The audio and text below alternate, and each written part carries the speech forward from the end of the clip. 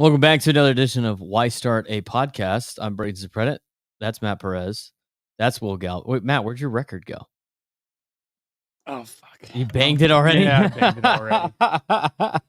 The bit, you actually got a couple more wins and you already banged the bit. Yeah, well. I forgot. Well, Matt, I already forgot. We were just talking about this right before we went live. Have you gone to a game since we went a couple weeks ago? no, that was the peak of my season, I think. So you're Oh. undefeated in your last one. All right. Well, we can Two. take that. That's fine. I'm on a 2-game winning streak. That's Don't let me get hot. unbelievable. I didn't even 1,000 realize winning percentage. That's okay. Hey, gotta start somewhere. you're only as good as your last game. you know? Right. It's what have you done for Exactly. me lately? That's right. You're only good as your last game.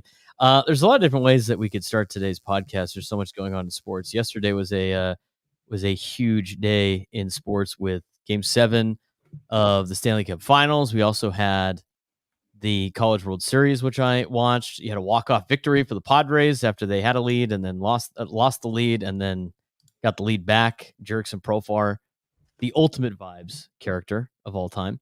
I love Profar, dude. He's like everybody's friend until you set him off, and then he's just like a barking dog and gets so upset. He's probably all the the best time. teammate you could have. Oh, absolutely. Besides, Everyone like, Tom loves him. yeah. being in your corner. I mean, everybody loves him, and then you intentionally walk the guy in front of him, and then you throw at him, and all of a sudden he's ready to wreak havoc and pull an Amir Garrett and take on your entire team at one time. That was a phenomenal finish to a game last night. The best part is I was playing in a softball last night, and I get home and I check my text messages, and Will is having a conversation with himself in one of our group text messages saying, "This team sucks. I hate this team," followed by, "This team is so great. I love this team. I love Profar." What were your emotions going through a game in June, Will? First of all, okay, you edited out a lot. You were talking shit, and it made me mad because this is an undisclosed group chat. So I went, this is what we said. Or I said, "God, we suck so bad, LOL. 1 step forward, 2 steps back." That's when we fell behind. And then Jackson Merrill, he's my favorite of all time now at the moment. I go, "I love Merrill. He's continuously improving." And then we get to the bottom of the 9th, and I just say, "Just win the fucking game." And then David Peralta has the worst at bat probably of the 2024 season. And I say, "Peralta fucking sucks, dog shit at bat. What the hell?" Then Profar, I say, "I love this team." And then you go and proceed talking shit, saying I'm just talking to myself like I'm talking to a wall. But I was happy, dude. Like this Gotta let team it out. is so roller coaster-ish, if that's even a word. can't It's use that word. maddening. Mike Schill gets upset when you use that word. Can't say that. It's an offensive word to him. Mikey. But okay, honestly, okay, you finish the softball game. I know you don't overreact as much as I do. But it's like, dude, you lose 5 in a row, you win 4 straight. Like it's just so, I don't know. It's going to happen all year, right? Like, is it going to come down to late August when we can string together like 8 straight wins? I don't know when that's going to be. It's a mediocre team, Will. They're going to do mediocre things. I mean, I don't know how many times I can tell you this. I've been doing the same show every Sunday on my show for the last 2.5 months, 3 months. I've been doing the same show on Andy Nelson every freaking day, and I've been doing the same show on this show once a week, maybe once every 2 weeks. I don't know how many times I have to tell you it's a mediocre team that does mediocre things. You could continue to just be like, this is the beginning. This is the beginning of the run. We're going to go on a run, but we are now, what's their record? They're 42-41 or something like that. Is that what I they think are? they just went above 500. Yep. Mhm. They're back. They're one game back, but they're in the second half now. This is second half action of the season, and they're still 500. And you can pull up Chris Ello's stats that they've had. They've been 500 since 2019 when they had Machado and Tatis for the first time. It's a 500 team. That's what they've been, despite every roster that they've had, despite every coaching staff that they have had. They've been 500 since that point. So, you know what? I'll believe it when I see it. The schedule does free up a little bit in the second half, especially in August. But is that necessarily a benefit for these guys? I mean, they don't beat anybody bad. They don't beat anybody bad. They beat all these good teams, surprisingly, unless they're really good. Then they get their ass handed to them. And they don't. They suck against the Rockies. And I'm getting swept by the Angels and the Mets. Are you kidding me? Embarrassing. Hey, well, the Mets are good now. Oh, yeah, they got Grimace. Yeah, they have Grimace. Right. Best team in June. Fair enough. But all right, then maybe it's not that bad getting swept by the Mets. Yeah, it's just Angels. You know, it's What not. was on Edwin Diaz's arm too? I mean, I'm sure it wasn't that was unreal. Apparently nothing, because that's what the media said. They're still Was it trying to, Hawk-Tua? they're still trying to figure out what's on Joe Musgrove's ears. They can't be distracted with. They're Edwin so Diaz. dumb. Fuck, They they're are. so dumb. God. Well, that's a different topic for a different day. But Yeah, anyway, we'll as say I that for a was saying, separate day.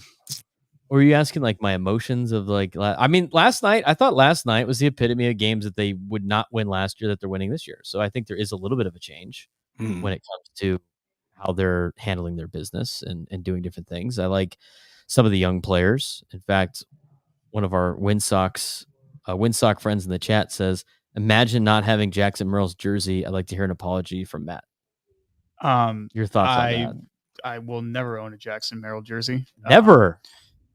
Like he can never get to a point where you'd be like, "I'll buy his jersey." No, because he's younger than me. Oh, yeah, that's fair enough. No, We could go into I some mean, jersey rules on that. Look at that, Braden. Look, someone's finally learning. Look at that. He has severely outplayed what I thought he was going to be, but I think the power is, I mean, his power stroke he's found the last 2 weeks has been phenomenal. I don't think it's super sustainable. Even like Tony, I think, said it on the broadcast, or maybe it was Mark Grant last week. They're like, he's an average hitter. And he didn't say like he's legit average, like he's going to hit for average. He's going to be 270, 280, which is great Contact in like hitter. modern day baseball. Yeah. He gives you 15 pumps a year. He'll take that. But it's kind of on him and Profar right now to kind of ride this out, given their injuries. Well, yeah, They're the Stars dealing were eventually supposed to take over, but now the Stars are all on the trainer's table, so they're going to have to continue this success. It's an interesting topic about Jackson Merrill. I think he has exceeded expectations, but there was an article on ESPN.com that I talked about on my Sunday show that I thought was very interesting. That it popped up, and I'm going to pull it up for you here in a second. But the other thing too is I threw out the kind of put your money where your mouth is, because there's a lot of people that are like just totally head over heels on Jackson Merrill. He's going to be the next star and he's a superstar and all this other stuff, which is fine. Fair enough. You want to buy the Kool-Aid. That's fine. I mean, I don't think he's going to be a bad player. I think he's going to be a good player. But, if you think he's going to be a superstar, which is possible, you have to give him a contract extension as soon as possible. And if you're not willing to do that, then you don't really think he's going to be a superstar. And the reality is, and people go like, well, we can't be handing out these 10-year contracts over 100. I'm not saying you give him that. You got to give him something that like Atlanta gave Michael Harris II, or like Arizona gave Corbin Carroll, where it's a team-friendly contract that's affordable, but it's also an offer that the player cannot refuse. That's how you get back on track with your contracts, right? And taking up those big money items. And we've talked about that a lot.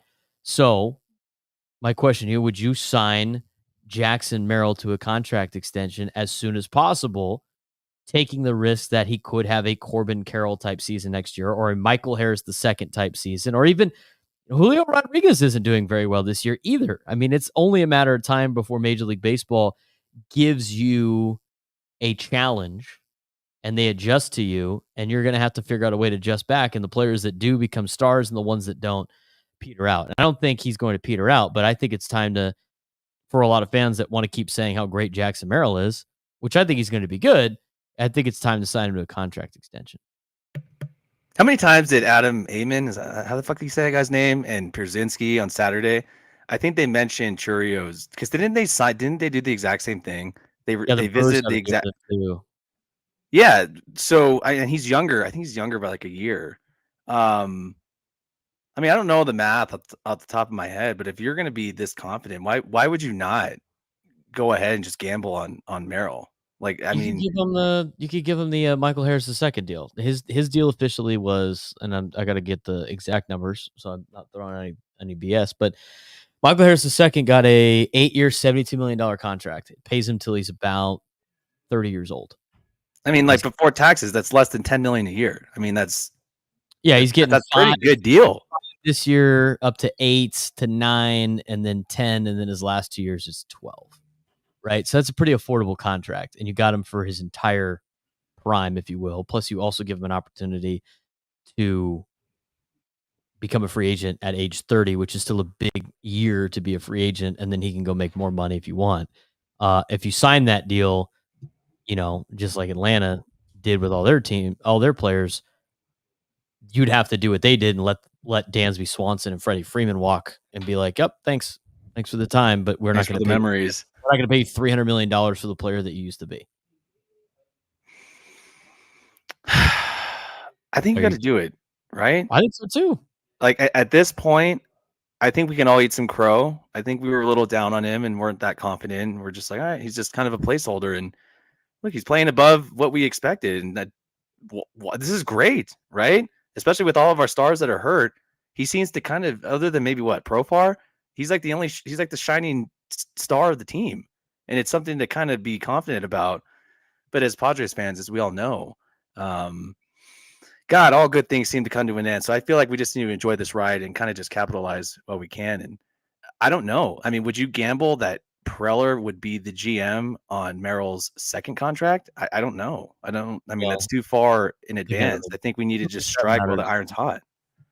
I think so too. And if you sign him to a team-friendly deal in the future, there's going to be two things that happen. Either he really bombs and he sucks, and then you're paying a guy that you should be paying league minimum, $5 to $7 million a year, and it's hurting your deal. But you would have to see him just completely fall off a cliff, or he lives up to what you expect him to be, and you're actually getting more of a value out of him than what he is getting paid, like a Ronald Acuna Jr. or an Ozzie Albies, or pull up the laundry list of Atlanta Braves contracts that they have dished out, and people always want to go, they ripped off the player. No, they didn't. They gave him an offer he couldn't refuse, and they decided to take it, and it was a fair deal at the time. I do have a question for Matt, as a guy that has done pitching analytics in college and is a pitcher himself.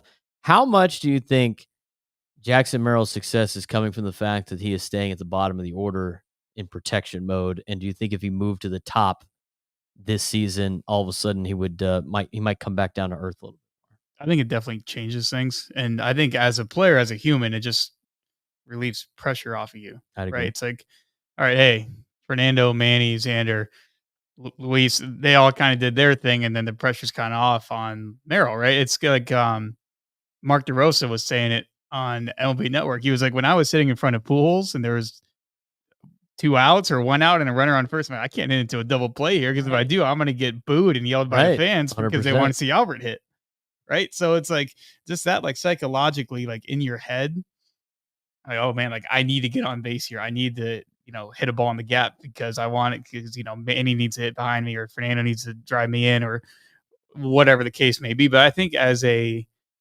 game plan perspective too, it's just harder to be one of those first 3 guys in the order to hit, because usually that's when the pitcher is either on, or like that's like right when they're off. And when you're hitting lower in the lineup and that a guy's off, that changes your approach.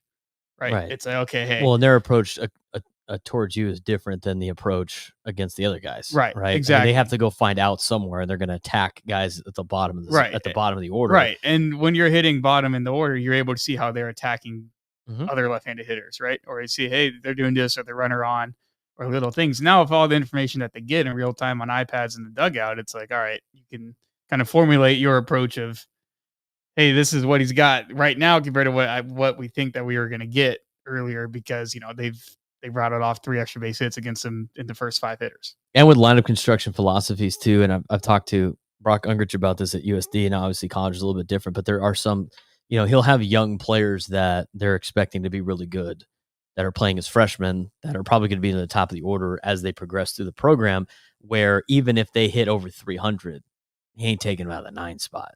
It's like, let him feel comfortable, let him be in a spot where he doesn't feel the pressure, and he does such a great job down there. Just leave him down there and let him play. There's something to be said about that. And I think that's a lot of the times, the last 5, 6, 7 years, when you've seen the Padres call these guys up and they don't pan out immediately, right? Like the Dodgers prospects. And you go like, well, how come the Padres guys are never, they're not Yasiel Puig or Jock Peterson or Corey Seager, or you go down the list of all of these players that as soon as they get pulled up for the Dodgers, they're the next best thing for the LA Dodgers. And all those times, those guys never had to be the guy. They just had to go in there and do their thing at the bottom of the order, contribute any way they can, be comfortable, and they found success doing that. And the Padres are finding success doing that right now. Now, they had to bring him up because they had nobody else. But in doing so, they left him near the bottom of the order. They have continued to leave him near the bottom of the order, even with injuries to the top of the order. They're still leaving him around 6, 7, 8, 9, and he's moved up to 6 now. But I think they're going to keep him down there so he has success. Because a lot of Padres fans right now, like, why isn't he batting third? He should be batting in the top 3. Like, no, I don't want to do that. We talked about that on the show this week, and and Craig was like, oh, is it possible that he could be the 3 hitter going into next season? I'm like, no, no, let him be him and let him do his thing. I think that's a major factor into why he is being so successful. So, I don't think he should be in a spot where he has to go out there and be one of those top 3 guys. Will, you think he should stay in the spot that he's at? I think he should clean up and third. No. I know that I should go against the grain right now, but you guys nailed it, and Matt had 10 terrific points. Don't fix, or don't, like, it's not broken. Don't fix it. Yeah. Keep him there. Don't get him above 6th. 6th is fine. 7th is fine. 8th is fine. Because you know what's going to happen? At some point, all the Padres Twitter and all the fans are going to clamor for him to, like you said, bat third, black cleanup, get to the top of the lineup. It says, especially if we make go on a postseason run, he'd be overmatched. No way. Keep him protected, please. Like he is thriving. He is continuously getting better and improving. I think we should relish this because we've said the entire season, we said in spring training, we said when we first started this whole thing, what has been like the kryptonite for the Padres prospects these whole time? They get called up too early and they're not ready. And we've struck gold, at the moment. Keep it the way it is, right? Like, and we're not even talking about defense too, because he's holding his own out there as well. So just in regards to the lineup, I'd 6, 7, right? That's a sweet spot, maybe 8, depending on like the matchup and who we're playing. And especially if we were in the postseason, like if we were in the postseason, I know it like we're playing like the Dodgers or the Phillies. I know we've kind of seen previews of that already, but who knows what's going to happen in a few months. I want him at the bottom, like 100%.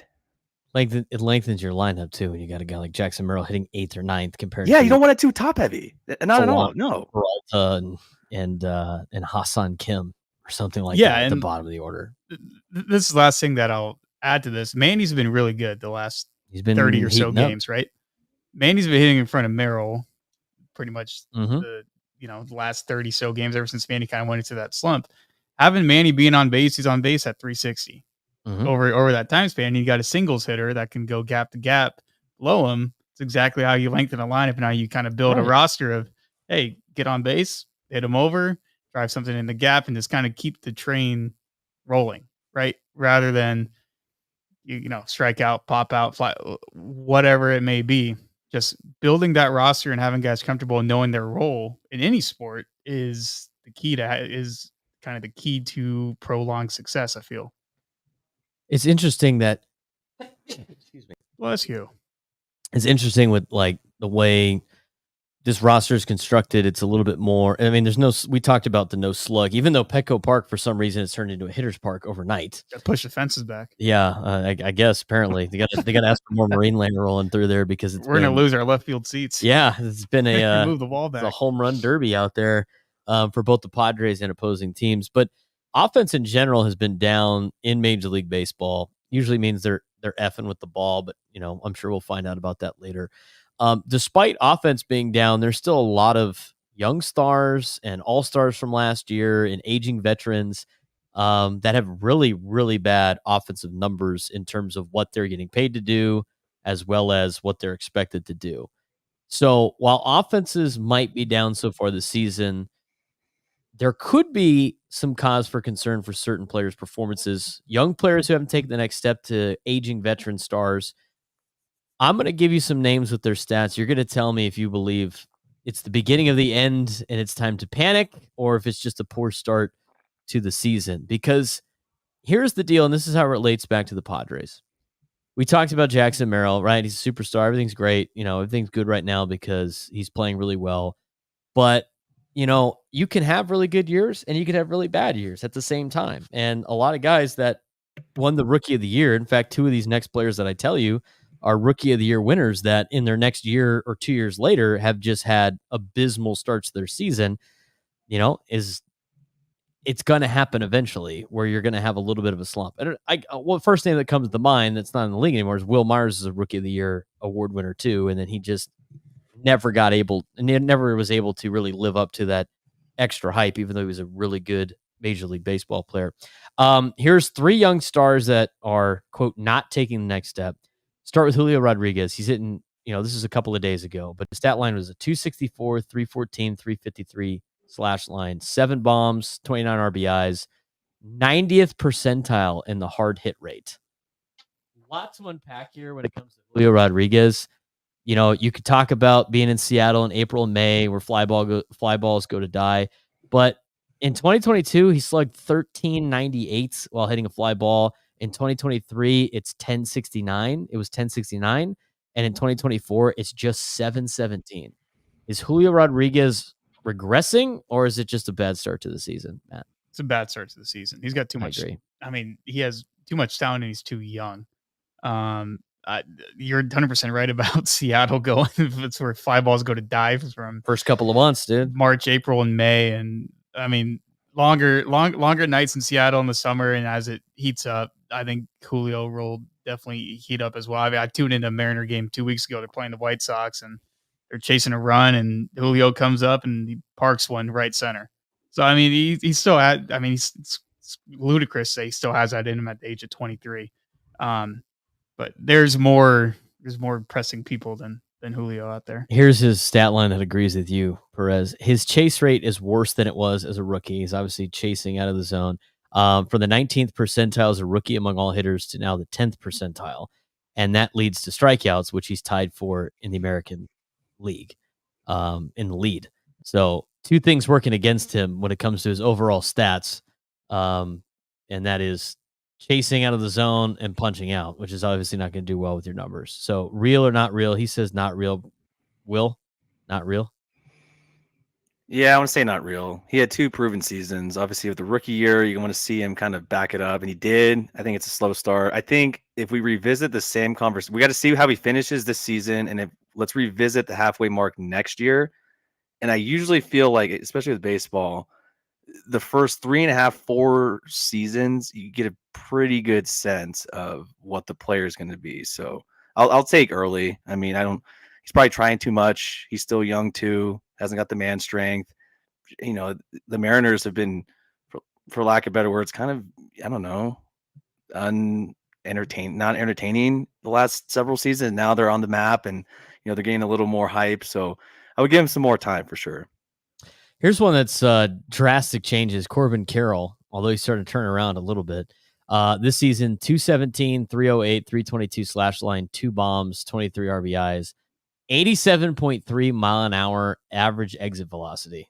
No bueno for Corbin Carroll. As a rookie last year, one of the most dynamic players in the game, won the Rookie of the Year, hit 285 with 25 bombs, 65 extra base hits, 54 stolen bases, and 59 attempts. He finished a deserving 5th in the MVP balloting and was viewed as a potential MVP candidate entering the season. Already got his big contract. Pitchers starting to bust Carroll inside a little bit, leads qualified hitters on the percentage of pitches in the inner half, but they did also pitch that way to him last season. So not to say that that's a major adjustment that the league made against Corbin Carroll. Carroll, phenomenal year last year. This year off to a terrible start. Which Corbin Carroll is the real Corbin Carroll, Will? So having the background of working in that market for his first season, and hearing all of it, I think this is more injury related. So he had the shoulder injury before he got drafted, actually. And then I think there was a bit of time he missed last year. So I don't know if it's like the Tatis from a couple seasons ago where he's kind of adjusting and trying to avoid injury with his swing.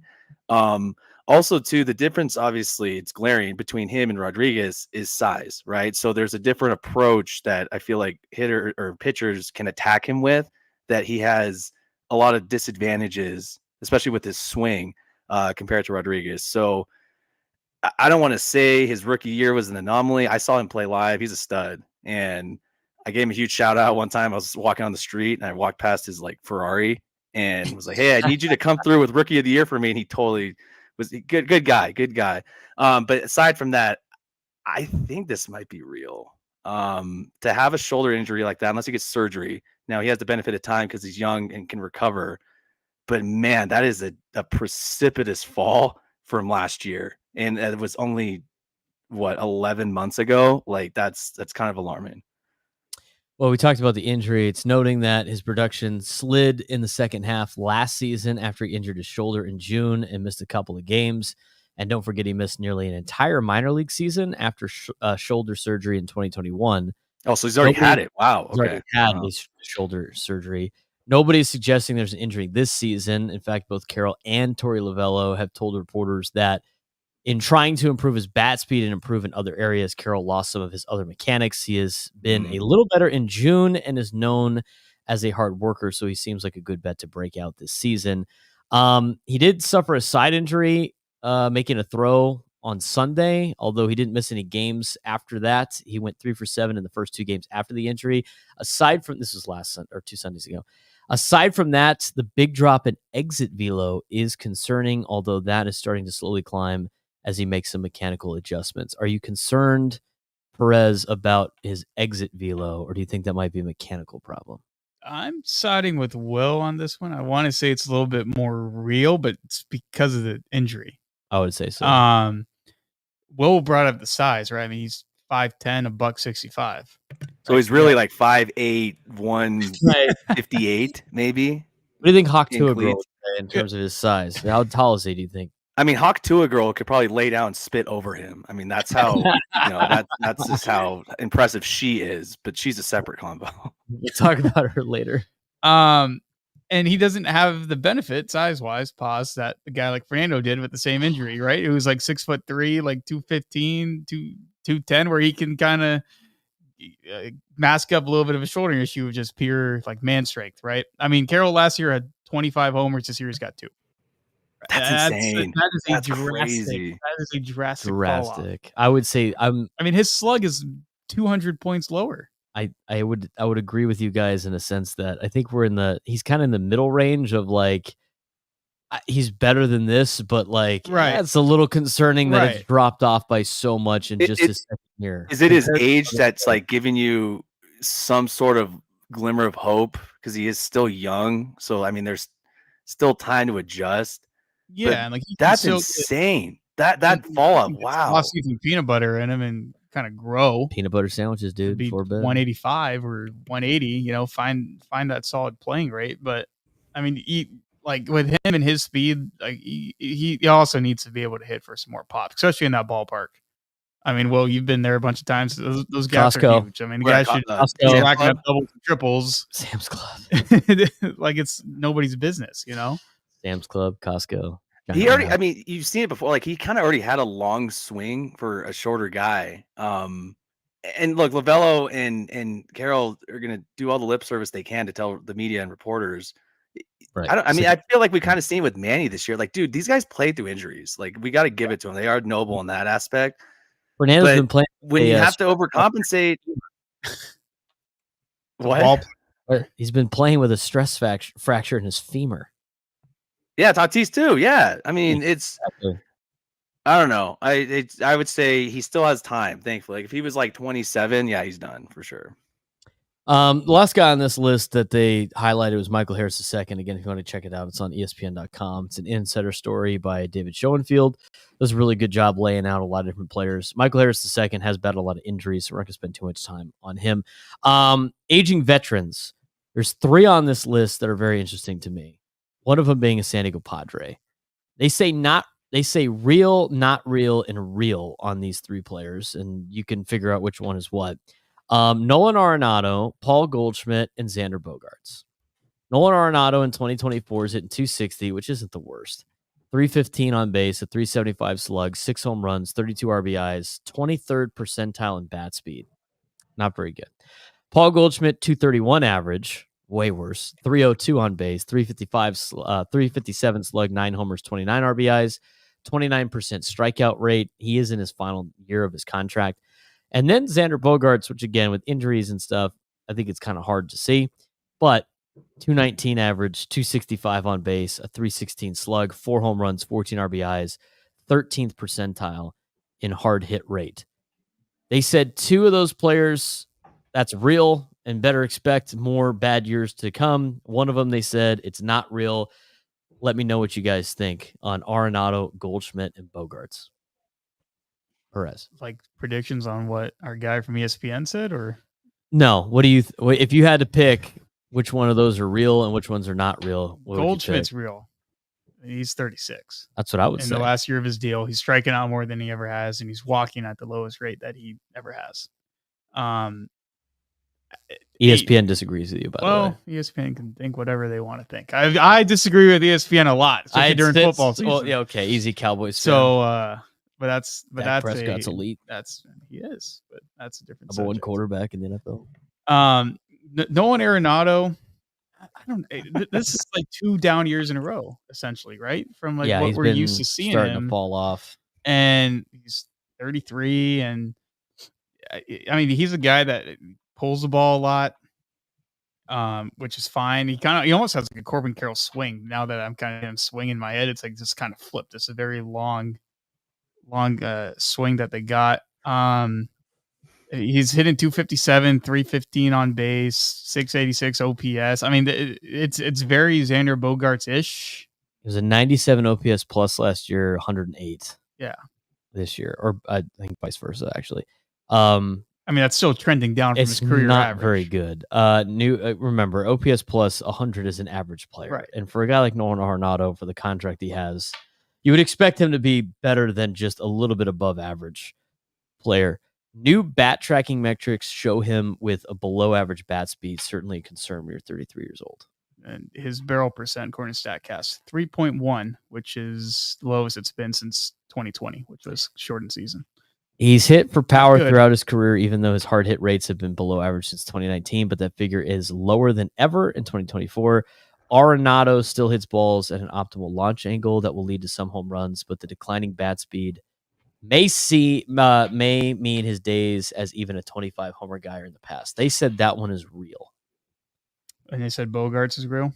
Yeah, we'll get to Bogaerts in a second. In terms of, I do want to so they said with Goldschmidt, strikeout rate between 18.6 and 23.4% from 2020 to 2023 has climbed in 2024. He's walking less. He's hitting fewer fly balls. He's chasing more often. His slugging percentage against fastballs declined in his 2022 MVP season to 443 last year, 573 in MVP year, 443 last year, now 433 this season.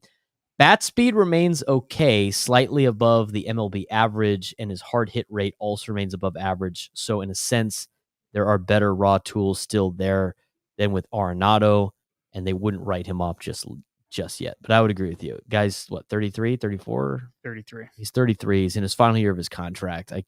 I can't imagine things are going to improve for Paul Goldschmidt. I would probably say he's 36. Arenado's 33. Yeah. Well, that's even. Yeah. But I mean, his bat speed's still good.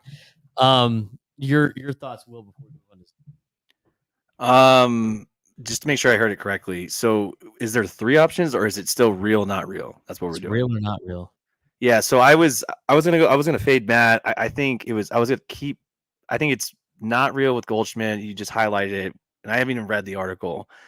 He just possesses power, and that translates. Like, he could play till he's almost 40, and he'll probably get like a veteran's minimum contract on the playoff team and hit 8 to 10 home runs for the season. That's fine. I think we have seen the declining aspect with Arenado. And what is baseball now? You're hitting for power and hitting the ball in the air, and he can only do one of those. With Bogaerts, are we saving Bogaerts, or here's everything that they said about Bogaerts. So we talked about his stat line. We know about his stat line. It's not very good. He's 31. He's only 31 years old, so you wouldn't be expecting a career crisis, but that's the case in this particular case, according to David Schoenfield. Obviously, we know about his shoulder injury. He should be back just after the All-Star break. Sounds more positive even than that. As with Corbin Carroll, he was struggling to make hard contact. His exit velo metrics peaked in 2018 and 2019. His 2 best offensive seasons when he averaged 300 with 28 home runs and 48 doubles. Those numbers have been in slow decline since then. However, 81st percentile in hard hit rate in 2019, 65th in 2021, 47th in 2022, 18th last season, and now 13th.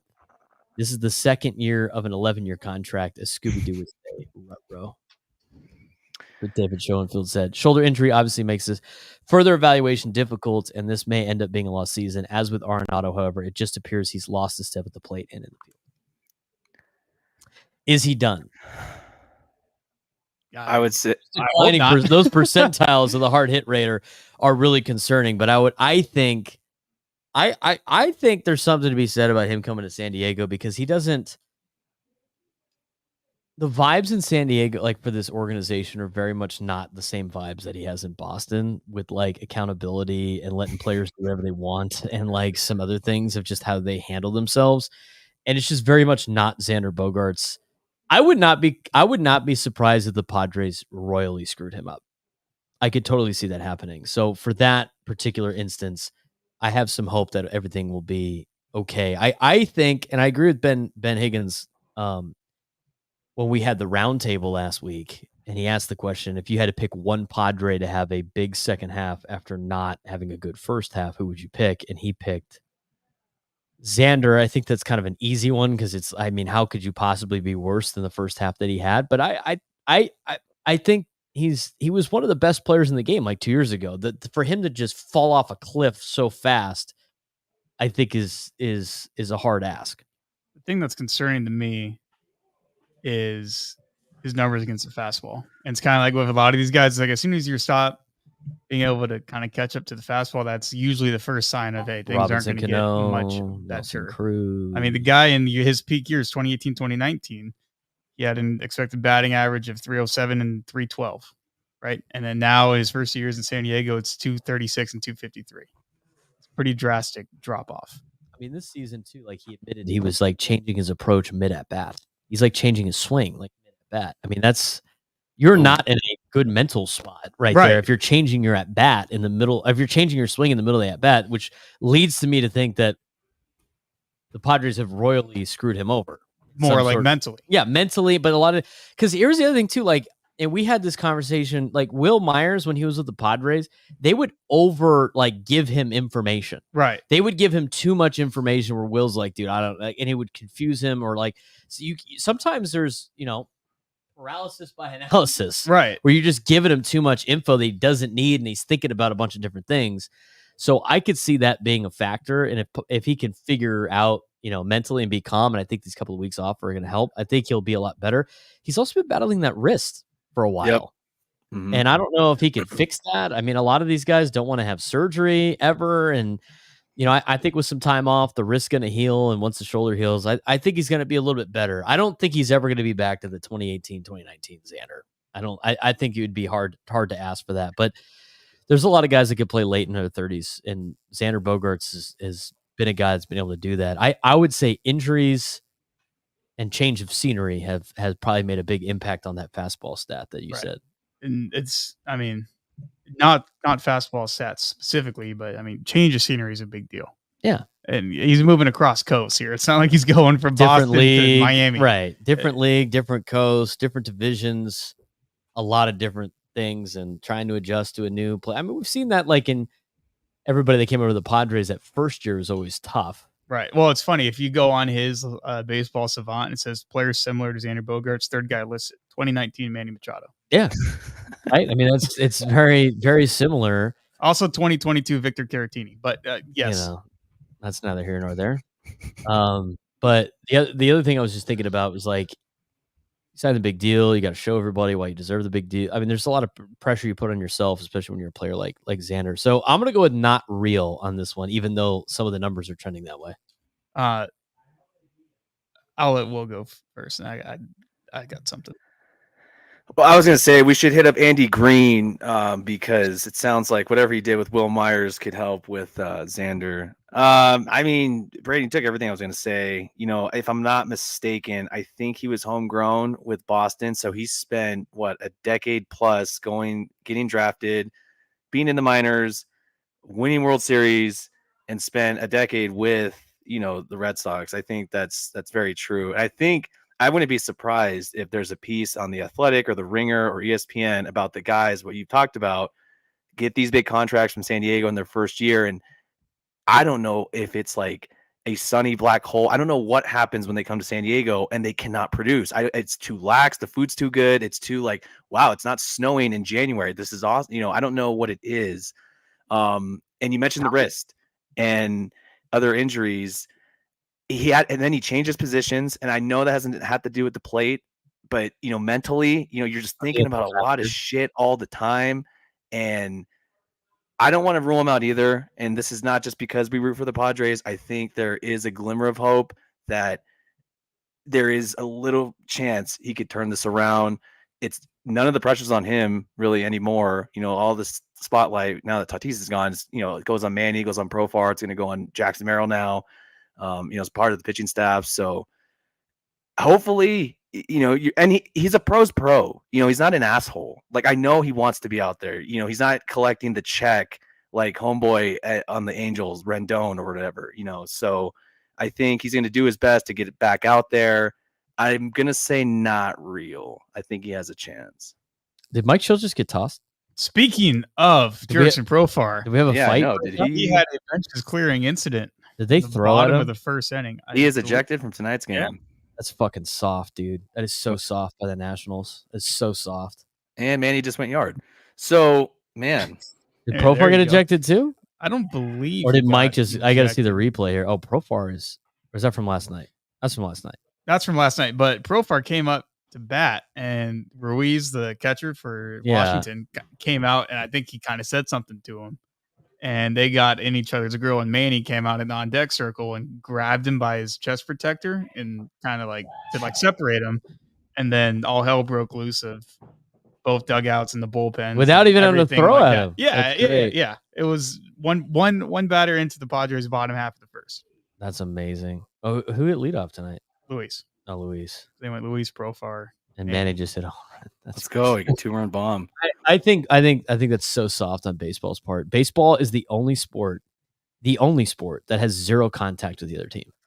I want to rant on this today on my show. Zero contact. You want more Buster Posey incidents at catcher? It's zero. I mean, zero contact. It is not a physical sport, but everybody in baseball thinks they're a tough guy. And it's like, oh, I can't believe that you're rubbing it in my face. And like, they act like such bitches sometimes. And you're just like, bro, you play a non-contact sport. Less Clayton Kershaw's, more Tommy Pham. Yeah, you know what? Like, I agree. And that's not to say like all baseball players are soft, because Tommy Pham is not soft, and Rougned Odor is not soft. And there's some dudes out there that a lot of people wouldn't want to mess with. But the reality is, you play a sport with zero contact, and there's no respect for the other team. Right? Just zero. Right? Because when you lose, what happens in baseball? You go and you pout in your dugout like a little bitch instead of shaking the other team's hand. Every other sport, you shake the other team's hand. In baseball, you're like, I'm not happy. I lost. Oh my! This is bullshit. I mean, it's ridiculous. Oh, hold on. What? So also, what happened is in the half inning there, when Profar's coming off the field, and Winker's at first. Winker's taking his batting gloves off, and he's talking shit to him while he's walking. I'm basically saying it was Bush League or whatever. What it is. It's like, you're not a tough So you guy, got buddy. Winker talking to him, then you got Ruiz talking to him before he even sees a damn pitch from Mackenzie Gore. Wow, he got traded to the Knicks. Okay. Mikal Bridges. Wow. Anyways. Wow, he did. Wow, we're just breaking news all over the place. Wow. Are you lying to me? Mikal Bridges got traded to the Knicks. Oh my god. That's the true Nova Knicks. Wow. Don't get him excited. But my thing is, it's like East runs through New York. Why do the Nationals care so much? Why do they care? Because they're young and they don't have anything to play for, and they're still trying to find their identity. That's all it is. Fireworks going on right now, or did you rewind it? It's just still going. So I was watching Manny take Mackenzie Gore. I'm glad Mackenzie Gore finally got Petco on their feet. Yeah, that's right. Exactly. It's like I just think it's soft for baseball. I think when you get eliminated from the playoffs, you sit there and pout is super lame. I think the fake tough guy thing is super lame. You know, because in football, you're out there and you're battling these guys the entire time, and you have an opportunity to get the guy back or whatever during the game. And then after the game, everybody, like, there's a respect level there. But in baseball, it's not. I just think it's soft. and the whole like attitude is annoying. But here's my thing on baseball too. It's like, stop trying to sell me on like, let the kids play when then they do and it upsets everybody else. Yeah, you try to be self-policing. Yeah, over it. It's like, come on. You're either in or you're out. Talking Like out it's, of both sides of their mouths. That's their problem. they are. It's like we want everybody to bat flip and stuff. Well, when people bat flip and they showboat, the other guys are gonna get pissy about it because that's what baseball players do. They get pissy about dumb things, and then they start stupid fights. Yeah. You know, and here's the other thing too. You know what else is super soft? A pitcher who's never going to stand in the box throwing a fastball at somebody's head, thinking he's tough. Like, oh, look how tough I am, Joe Kelly. It's like, no, you're not. Get in the box, Joe. Let's go, Mackenzie. Get in the box. Let's your turn. Like, it's so soft. It's terrible. I'm not a big soccer fan. I think soccer is soft. Soccer is tougher than baseball. I'm going to tell you that right now. Their contact is way more contact in baseball, dude. Baseball has zero contact with the other team. The red card just being raised right now. It's terrible. I don't like this like fake like, oh, everybody we're a bunch of tough guys. You're not a bunch of tough guys. Give me a break. God, you remember the day by a guy walking off against you in a game in June? Who cares? I remember the days when you get taken out a second on double plays. You know, pre-Buster Posey, just collisions at the plate. It's more respect back then. God. We're just dating ourselves. This sucks. Yeah, I mean that's when it was those guys were going hard and stuff, and I could buy it then at that point. But right now it's just like, come on, man, what are we doing? And then nobody ever lands a punch in a fight either. Well, speaking of which, you see that throwback video that was posted of Derek Lee and Chris Young getting after it was great. It was awesome. I was like, I remember a kid seeing that. It fired me up. The brawls, the brawl that the Braves and the Padres had, where the fans getting out there and getting after it. Those are guys that are grinding and battling and blowing up double plays at second and destroying the catcher at the plate. You know, at least you could justify that. Now it's like nobody ever hits anybody with a swing. You want these guys to stop doing this stuff. Let them fight one time without intervening. Just let them go at it, and it'll end immediately. They'll stop doing it because nobody in baseball wants to get in a fight. No, that's super soft on their part. I mean, what are you trying to accomplish, Nationals? What are you trying to accomplish? What are you doing? Like, what is your goal there? Convince Jerks and Profar that he went above and beyond in the game in June? Who cares? Okay, so I had to catch up because I didn't have the game. I had the game cast. So it was Profar got hit in the foot, right? And then that's what prompted Schilt to go out and blow up, and that's what he got ejected for. He did get hit by a pitch. No, he did, right? He got hit in the foot, didn't he? I don't know. He said he didn't even get a pitch. He got hit in the foot. Okay. I think that's a little overreacting on Profar's part too. I mean, come on, dude. You got hit in the foot. They're going to intentionally hit you in the foot. Well, it's also the catcher coming on patting him. It's like, the catcher that was. Hey, you know what? Sorry, that wasn't intentional or whatever. It isn't. Regardless, like if another grown man pats you on your shoulder, yeah, and, don't pat me on the chest and call me buddy. I'm not your buddy, pal. Exactly. I'm not your buddy, pal. Hey, Chief, take it easy, man. Hey, Chief. Hey, boss, come on. Chief, boss, Cheech. Okay, but the Knicks, let's just talk about this for a second. All right, I'm logging off then. So we'll end on this. Yeah, then that's crazy. I mean, we'll save that for. You want to go through the stadium thing that you were bitching about? Oh yeah. That totally deserves some time. All right, get your Nova Nixon. Go ahead. Well, I mean, we got 4 guys from the same university here, all playing in the ignore this guy's random fandom for Villanova. Somebody that never went to Villanova. Brady's trying to make this about him. He can't just let 2 guys talk hoops, right? No, that's because you only care about the Villanova guy. You don't care about the Knicks. You care about Villanova for no reason. They got it makes 4 of no them. sense. They got 4 of them. It makes no guy. Do you think this guy would do this for any Washington State NBA team? No, he wouldn't even know. He wouldn't even know who's on their team. Well, his boy Klay Thompson's going to get probably cut soon. He's not going to get re-signed. So speaking of the Cougars, Orlando, there's going to be no Cougs left in the league. No, you know what, Brandon? We can make a quick tie to this. So I think the bigger story about the Mikal Bridges trade is the Brooklyn Nets are just in absolute purgatory, which reminds me of the previous decade of the Padres, where I didn't know where they were at. So I kind of feel for the Nets fans. At one point, you have Kevin Durant, James Harden, Kyrie Irving, and then you get this haul with Cameron Johnson and Mikal Bridges from the Suns, and now they have nothing. That's kind of similar to what the Padres were pre-Tatis, pre-Manny, so I feel bad for all the Nets fans. You got people commenting about this fight. We're talking about the Knicks. The Knicks. We're basically it's like the CBS Sports Radio that comes off after Gwynn and Chris, where it's like the guy the trucker that gets off late that doesn't know the time. Like, I thought we were talking Padres baseball, and now we're talking NBA. We're talking Bronny James Jr. here. Oh, Profar's reaction after the Manny pump's hilarious. Oh, dude. And he's like around in third, and the guy pimped it like he hit the home run. Let's go. This new rivalry between the Padres and the Nationals it's the Harvey Dent of all rivalries. The rivalry we needed but didn't deserve. That clip of Profar around in third is classic. It's like how we all feel in scramble when our buddy hits like that's right, like hits the green, like he's 5 feet away on the par 3. That's the guy making. That's how they should be. Yeah, that's the guy in our group making the 3-foot putt that we all missed. Yeah, way to go. Stand par here. Fired up. That's right. Throwing your putter in the air. Oh man, Padres deal is how about them apples? Padres Twitter's going off right now. Wow. Annie. We only got the only video we got is Annie's clip from the press box, the two benches running after each other. And I would have loved to see somebody get shot clocked, dude. The bullpen's a waste. Oh, here you go. This is a good question. What Padre would you want to back you up in a fight? Current Padre. Can we recruit Tommy Pham back or no? I would love to recruit Tommy Pham back, but unfortunately he's on the south side of Chicago. We're talking current Padres. I don't know, dude. Well, Luis is kind of spunky. Yeah. Can Bob Suarez fight? I see. Bob Suarez was the first name that popped in my head. He's a low heart rate guy, dude. He's probably just like Bob Suarez looks like the guy. If you step on his boot at the bar, he's gonna knock your drink out of your hand. Because everyone else, I don't know. Oh, see, I disagree. I think Bob Suarez, if you knock his drink out of his hand, I think he just looks at you like at a way that you're like, this guy should be more pissed off than he is, and I'm a little bit more terrified that he's not pissed off. I think that he just gives you the look of like the fact that he's so calm is concerning. I think that's more Bob Suarez's type.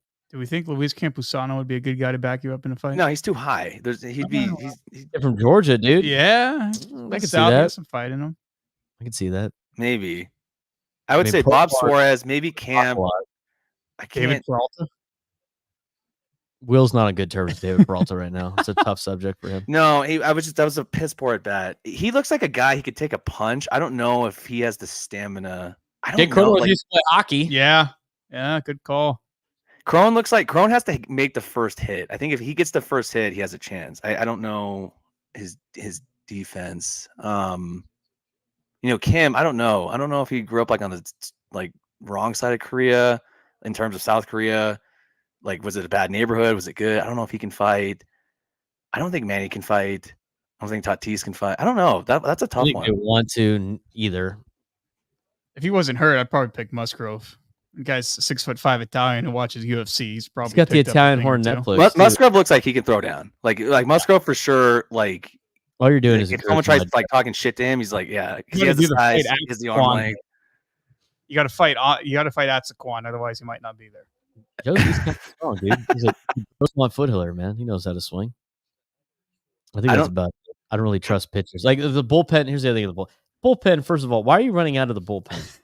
Second of all, we all know you're pitchers, and pitchers don't want any type of physical altercation. They're like kickers. They're just weird. Like you let them do their thing. It would be better if the bullpen jumped into the other bullpen and just fought the bullpen. I think that'd be great. Like the fight break, like Profar gets hit, and then like you got Adrian Marhone sitting there and it's like, what the fuck? And he turns around, he just starts beating some national player's ass. That'd be hilarious. Someone tugs on Eniel De Los Santos' beard. He's like, nope. All right, hands are thrown right now. Let's go. Like that's it. I've had it. Well, it's like how does the Nationals bullpen get down there? Because the security guys got to open the damn center field gate for them to walk down the steps. Then the guys like, hey man, the fence is too tall to hop over it because they'd have to hop into the Padres bullpen and then hop over the fence. It's like, hold on, let me get the gate. And I'll sit there waiting. Or like, come on, let's get down there. Let's pretend like we're like part of the team here for a second. Carlos Quentin is just sitting like foul base or third base lines. Like, I want to get back into this. Just hops over, being a spectator. Because he was a football player.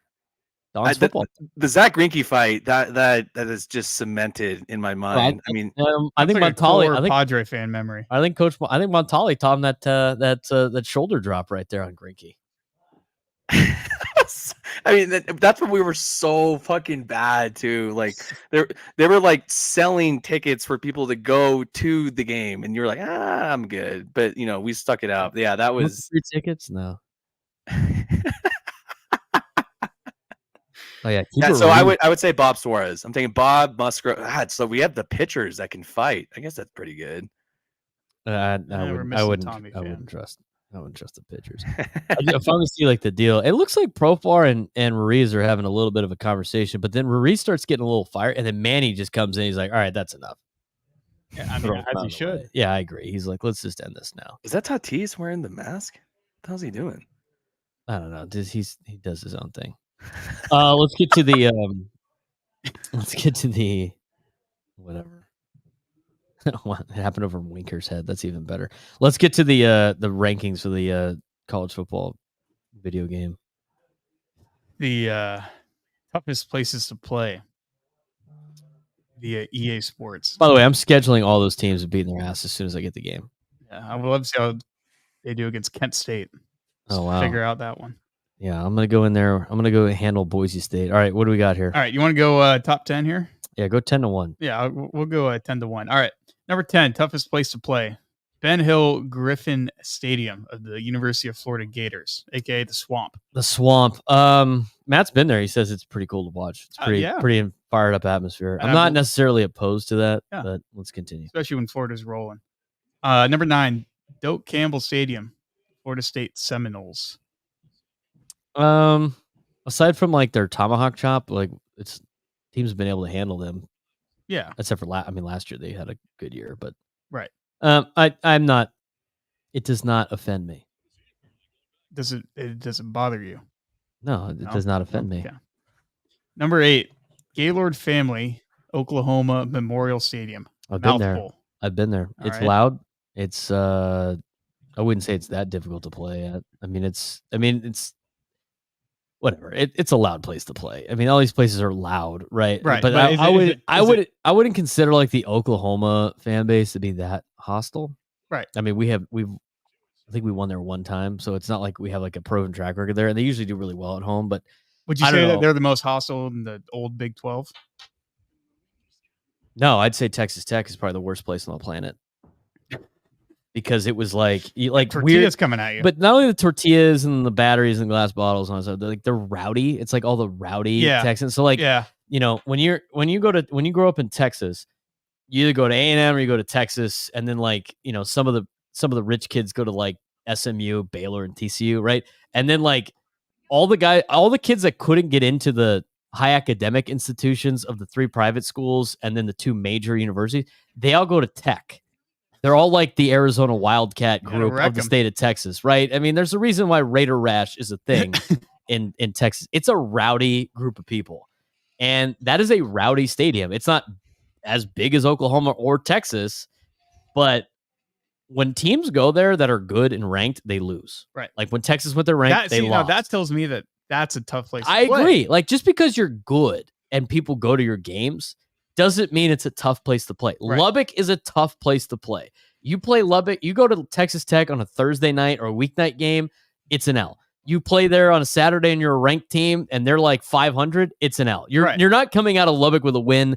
And by the way, their replay equipment's going to break. A possum's going to come out on the field. I mean, weird shit happens in Lubbock that usually benefits the Red Raiders. I would consider Texas Tech to be the hardest place to play in the Big 12. At least in the old Big 12. I think West Virginia is a difficult place to play at. Number 7. I wouldn't think it was top 10, though. Number 7, Camp Randall. You can't be top 10 if Washington State rolls into your ballpark and kicks your ass. You can't be top 10. Whoa, they have jump around. Yeah, who cares? Maybe they have Will's favorite mascot, Bucky the Badger. Bucky the Badger. It is the best mascot. I agree. Camp Randall, whatever. It's just another run-of-the-mill stadium for me. 100,000 people there. If you're playing in front of 100,000 people, whether you suck or not, I mean, if they're winning at some point, that's tough to play. We went to Texas my senior year, and Texas is soft. Texas is soft. They have over 100,000 people there. Will Wisconsin's different. It's a different breed of football fan. Are we for real? They got swept by Butch. It's not that bad. They're not that. It's Not All right, keep going, Matt. Keep going. Number 6, We Beaver gotta watch this Stadium, game. Penn State. Yes. That deserves to be the top 10. They get the whiteout. It's hard to play there. Whiteout, sick as hell. Ohio They're all State, pissed drunk. That's all they do is drink. Ohio State and Michigan are never phased. They go in there and kick Penn State's That's ass, a James Franklin issue. That's a All right, James moving on Franklin here. problem. Number But 5. they deserve to be in the top 10. Number 5, Sanford Stadium. Yes, I've been there. That place is loud, obnoxious. Yes. Their fans Yes, are very Stadium. rowdy. It's a great stadium. But that is one of the loudest buildings I've ever been in. Number 4, Ohio Stadium. I heard that place is hell on earth. Definitely. It's tough as hell. I'm surprised it got to 4. Like, Yeah, 4 is. I don't know. I like, feel like the top 4. I State. think these are very interchangeable. But keep I going. don't Matt. I don't think 2 should even be on the list. But Oh, I, well, like, I think Alabama should be 4. here's my Like, thing with Ohio State, because like people that went there with San Diego State said like, oh, everybody's so nice. It's like, well, you're San Diego State. They don't care about you. And you're no, like they're one of the freaking right, but buy like, game. but that- all the Penn State fans are like, dude, everybody Give here's you an your ass kicked. asshole. Like, Yeah. it's a hard or place if to you're a play. Michigan fan, The horseshoe. Michigan's not on here, which is interesting to me. yeah, no. That's because the big house is not scary, I guess. Number 3, Tiger Stadium. That's That's Valley. I'd say that was number 1. I think that Yeah. would be Tech plays in the background. Livy Dunes in the stands. Tough place to play. Dun, dun, dun, dun, dun, dun. Fuck that bitch.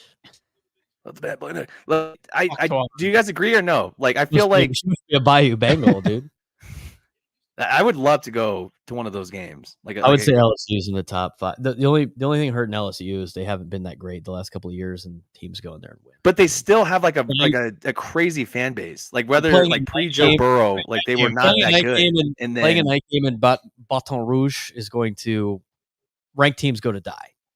yeah, I it's agree- I insane. agree with you on the sense of like just because you're good doesn't mean it qualifies as a tough place to play. Right. But if you're There's a like lot of if you're things that factor into 500 it. and you're a place where winning teams and ranked teams go to die and their seasons Yeah. get ruined, that's a tough place to play. Yeah. Lubbock, LSU, Pullman, Washington. Yeah. All right. Number 2. I would say on a Snapdragon weekend, Stadium, easy. easy saying. I saw the Ohio Ain't no- Bobcats almost get out of there with a W. Yeah, they, All right. they had their 4th string quarterback in. Number 2, Bryant Denny Stadium. That's no. No, yeah. No. that shouldn't even be in the top 10. I mean, that's another recipe I'd say of 6. Like, I would. really good, but Nick Saban has had comments in the past of begging people to stay at the game. Our guy David said it himself. Yeah, Yeah, front yeah. runners. They're all Is that- front runners. They are. It's not just because you're good and your stadium's big doesn't make it a difficult place. Because to you have play. a sick light show and you have a cool Yeah, tradition. but everybody's got and you that now. win. Yeah, it's like- exactly. that's It's the like- Nick Saban effect. Like, was it a hard place to play before Nick showed up? Probably not. No. They're like USC of the 2010s. They have celebrities and athletes and Right. and bloggers. They all go to the game. It's like a party. I'm sure it's fun. I'm sure it's a blast. I don't think it's that rowdy though. I don't think so either. Like, I'm not like afraid to go into Tuscaloosa as much as I'd be afraid to go into Georgia. or LSU. Like, Right. You would probably put Georgia, LSU, Tennessee. Well, Tennessee for sure over those. Ole over Miss? Bama. I think Ole Miss has a rowdy crowd. think dude. Ole Miss has a I don't rowdy want crowd, to. I don't too. want to play them on a Thursday night. Right. Like these are places that, to me, on this thing, like these are places that you get the schedule and you go, shit, we got to play them on a Friday. Yeah. Like that's an L. Like you just know it's gonna be a loss. Like, I look at the Big 12 schedule and there's just certain opponents. I'm like, I don't want to play them on a Friday night. Like I was afraid of Houston last year because they were the team that was left out of the Big 12 for so many years. For the first Big 12 game, I'm like, I don't really want to go down there on a Friday night. Right. Lubbock every time, like check it out. Are we playing them at night? We're screwed. We play them on a dude, weekday. you want to be a Texas Tech alumni so bad. You Dude, can just go to a stay. game. Go You to a can just game, stay, dude. dude. You love. I think you It's love Texas rowdy. Tech more than TCU. You can It's just tell us. rowdy. It's rowdy. You love Texas Tech. Just tell us. It's okay. No, I don't. I do love Raider Red. Raider Red, all-time mascot. You love Mike Leach. He's an honorary Raider. or Okay, he's an what- honorary what- Raider. That was what's- last year. What school has better scenery, if you know what I mean? Texas Tech or TCU? TCU because it's cleaner. TCU It's cleaner. in every way. Like I said, I've never there's been to Texas Tech, so I don't know. TCU, yeah, there was a lot of good talent there, but Raider Rash. Raider Rash. Does Raider Rash not scare you? nothing scares me. No adversity, baby. You gotta look it and You bite know it what? right in the mouth. I don't think TCU plays at Lubbock this year, but next time we play in Lubbock, we're going. We're taking Or Will. taking Will. Number 1 toughest place to play, according to EA Sports College Football 25, is Kyle Field. Is What is this number 1? If Johnny Manziel doesn't win the Heisman, is this number 1? Like, well, let me ask you the question. What does App State have to say about that? They would probably disagree. Because App State went in there and beat their ass. So I don't think, but I would imagine it's a it's a cult. You're invading. They do a cult. weird stuff. You know who else I would Midnight say Scream? would be a top 10 that wouldn't be in there is BYU. Very Yeah. culty. Yeah. I know it's the Mormon church, but that's another place where weird things happen. You don't want to play they're there. just like soaking under the stadium. It's weird. It's Maybe cold. the soaking. It's I don't Yeah, know. that's the first thing that came to mind for you is that? He's right next to Utah now, right? Colorado. Yeah, I'm thanks looking at a for map. the geography lesson there. Appreciate it. Professor no, Matt. Yeah, Let exactly. me tell you about the West Coast But Conference. I would say if you mention anything about the West Coast Conference, I'm turning off your mic. I would say BYU is on that list of a place that I think would be very difficult to play. Did they make the top 25? Do you have the 25? they list? did not make the top 25. Just But outside Boise the top State 10. did. Just outside the top 10. Oregon, I could see it. Clemson, Tennessee. Tennessee should be top 10. I agree. Auburn, South Carolina, Michigan. The Big House made it at 16. 16. Virginia Tech, Lane Stadium. I'd probably move that up only because of Enter Sandman. Rice Eccles Stadium, 18, home of the Utah Utes. I would say it's probably a tough place to play. Yes, that's a very hard place to play. Okay, Texas just Memorial because, Stadium, just 19. because Washington State can't win there doesn't Hard mean place it's to that play. difficult to play. Kinnick Stadium of the Iowa Hawkeyes at 20. Notre Dame Stadium 21. Michigan State 22. Oh, get out of here, dude! Are you kidding me? Michigan State 22. When's the Arkansas last time cracked at Michigan 25? State was That's good at 23. anything? Arkansas at 23. Boise Boise State State. Broncos I'm at sorry. 24. And then I'm Mississippi sorry. State at 25. We're talking about a team in the SEC that can't beat anybody. Arkansas? They can't beat anybody. And don't tell Kirk. TCU went in there and beat their ass. I mean, it's not that impressive. I mean, they're a team like the other thing too. Like Arkansas has a tradition of playing like one game in Little Rock every year. Is the capital. Yeah. And they never win. They're 0 for every time. I would go with Williams-Brice Stadium. The sandstorm thing is kind of cool. Lane Stadium for Virginia Tech is pretty good. I like that. Michigan State. I mean, what are we doing? I mean, out of the 25 stadiums on here, 12 of them belong to the SEC. Again, just because you have a lot of people Right. there and your team is good because you play a bunch of slap. No. games. State isn't that good, and you just said Arkansas isn't that good. They're not. right. It's like, And well, they're on what the hell are there. we And basing but this nobody off? goes there and loot. Like Our If boy Bama- Winker just hit a home run. God if- damn it. if Bama and like LSU or whatever, like if Arkansas beat a top SEC team at home every year, fair. Right. Like, and nobody wanted to go there. But like Bama goes there and wins by 55 points. Like, it's not even like a competition. That's like saying Vanderbilt selling out their it's a tough place to play. Vanderbilt gets a lot of people at their games.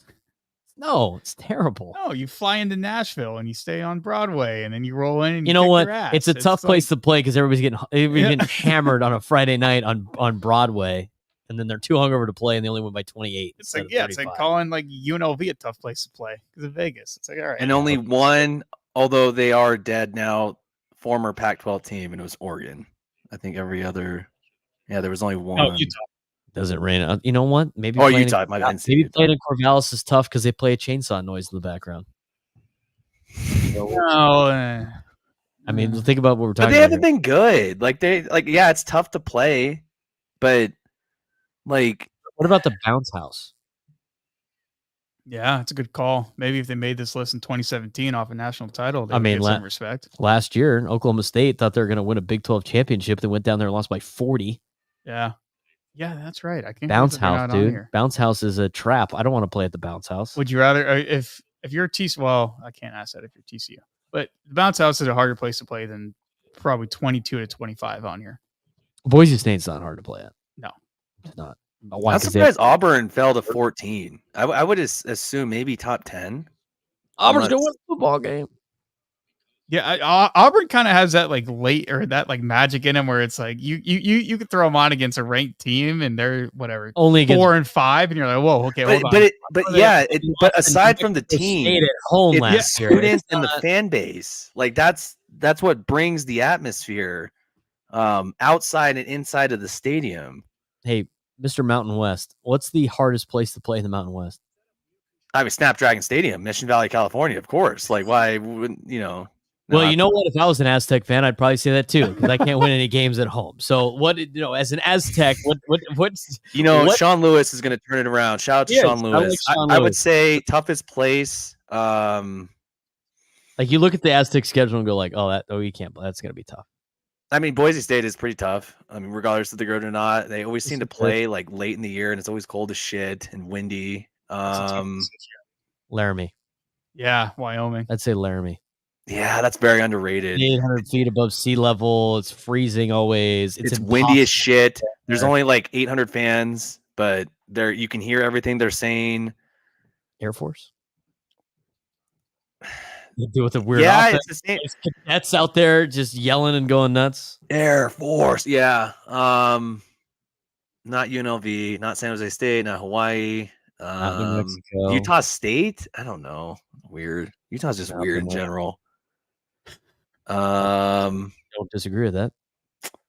Hawaii. I mean, that's just like a vacation. That's their fans. It's not because of their fans. And it's always sunny. Like it's like a 7 o'clock kickoff, and it's sunny as shit. We're kicking off at 10 o'clock tonight, but yeah, sunny in Hawaii. Yeah, I would say probably Wyoming, Boise State. I guess you could mix in Utah State, Colorado State. I don't know. Like, it's okay. I mean, it's for what not Fresno State. Yeah, I guess I could say Fresno State. Well, yeah, they play them tough. It's tough. Yeah, Aztecs blew like a 21-point lead in like 2 minutes last time they went there. So that was a wild game. That was an all-timer. Like, hey, look, they're up 21 points with 150 to go, and they lost. I'm sorry. So bad. Pre-Sean Lewis, dude. God, now I'm ready for college football. The toughest places to play in the pack. I would say Arizona's a tough place to play. Every time Oregon goes down to the desert, they lose. Utah. Yeah, Justin Herbert never beat an Arizona team. No, when Oregon goes down to Arizona, they lose. USC Utah, like in 2004, but nobody goes to games anymore. The UCLA's whatever. Rose Bowl's up for the taking every year. Stanford and Cal. Cal's a strange place to play, but it's not a tough place. Why? Because they have the fault line on the field.